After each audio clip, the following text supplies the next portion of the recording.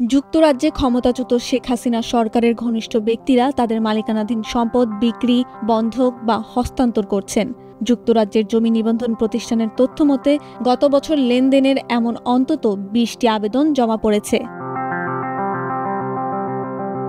British সংবাদ মাধ্যম the guardian ও দুর্নীতিবিরোধী আন্তর্জাতিক সংগঠন ট্রান্সপারেন্সি ইন্টারন্যাশনালের অনুসন্ধানে এ তথ্য উঠে এসেছে। ১৯ জুলাই শনিবার গার্ডিয়ানের এক প্রতিবেদনে এ কথা জানানো হয়েছে। চলতি বছর মে মাসে যুক্তরাজ্যের ন্যাশনাল ক্রাইম এজেন্সি NCA হাসিনার উপদেষ্টা সালমান এফ রহমানের ছেলে ও ভাতিজার লন্ডনে প্রায় ১,৪৬৯ কোটি টাকা সম্পদ জব্দ করে। এর ৩ সপ্তাহ পর হাসিনা সরকারের ভূমিমন্ত্রী সাইফুজ্জামান চৌধুরীর প্রায় ২,৭৭৭ কোটি টাকা মূল্যের সম্পদ জব্দ করা হয়। সাইফুজ্জামানের বিরুদ্ধে অভিযোগ, হাসিনার শাসনামলে তিনি বিপুল সম্পদ গড়ে তোলেন, যার মধ্যে যুক্তরাজ্যেই রয়েছে ৩০০টির বেশি সম্পত্তি। গার্ডিয়ানের প্রতিবেদনে বলা হয়, যুক্তরাজ্যের জমি নিবন্ধন প্রতিষ্ঠানের তথ্য অনুযায়ী ঢাকায় তদন্তাধীন ব্যক্তিদের মালিকানাধীন সম্পত্তি সম্পর্কিত অন্তত ২০টি লেনদেনের আবেদন গত ১ বছরে জমা পড়েছে। এ ধরনের নথিপত্র সাধারণত বিক্রি, হস্তান্তর বা বন্ধকের বিষয়টি নির্দেশ করে।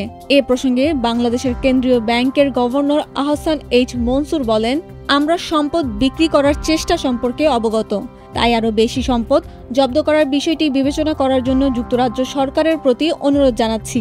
লেনদেন বন্ধ করার জন্য নেওয়া পদক্ষেপগুলো আমাদের সঠিক প্রক্রিয়া অনুসরণ করে সম্পদ ফিরিয়ে আনার আশা জাগাবে।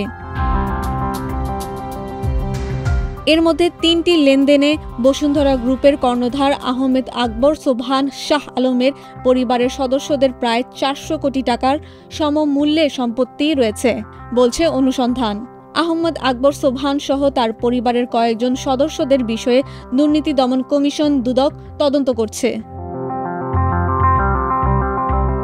যুক্তরাজ্যের জমি নিবন্ধন প্রতিষ্ঠানের নথিপত্র থেকে জানা গেছে, যুক্তরাজ্যের আইনি পরামর্শক প্রতিষ্ঠানগুলো আরও ২টি লেনদেনের আবেদন করেছে সোবহানের পরিবারের আরেক সদস্যের মালিকানাধীন সম্পত্তি নিয়ে। যুক্তরাজ্যের জমি নিবন্ধন প্রতিষ্ঠানের তথ্য অনুযায়ী সাইফুজ্জামানের ভাই আনিসুজ্জামান চৌধুরী মালিকানাধীন ৪টি সম্পত্তিতে সম্প্রতি বাজারে তোলা হয়।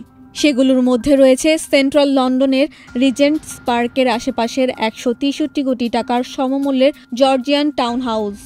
এটি গত বছরের জুলাইয়ের বিক্রি হয়।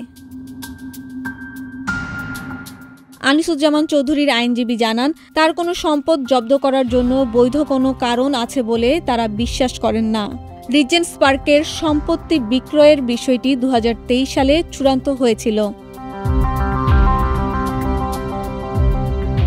বাংলাদেশের বিভিন্ন প্রতিবেদন অনুযায়ী বাংলাদেশের ইউনাইটেড কমার্শিয়াল ব্যাংক UCBর চেয়ারম্যান দুদককে অনুরোধ করেছিলেন সাইফুজ্জামান চৌধুরী লন্ডন ভিত্তিক সেই ডেভেলপারকে ব্যাংক থেকে অনিয়মভাবে ঋণ পেতে সহায়তা করেছেন কিনা তা তদন্ত করার জন্য।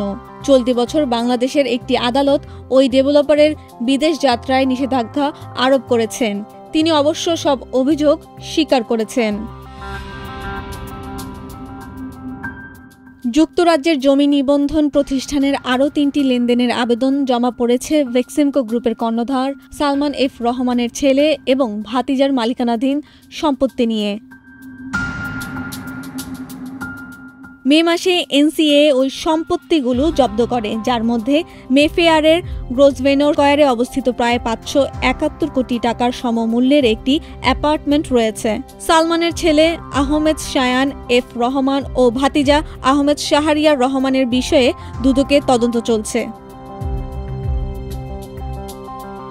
দুদক ও কর বিষয়ক পর্যালোচনায় গঠিত সর্বদলীয় সংসদীয় গ্রুপের সভাপতি ব্রিটিশ MP জো পাওয়েল চান এসব তদন্ত দ্রুত এগিয়ে যাক। তিনি বলেন, ইতিহাস বলে যে দ্রুত পদক্ষেপ নিয়ে সম্পদগুলো জব্দ না করলে তদন্ত চলার সময়ে সেগুলো দ্রুত হস্তান্তর হয়ে যেতে পারে।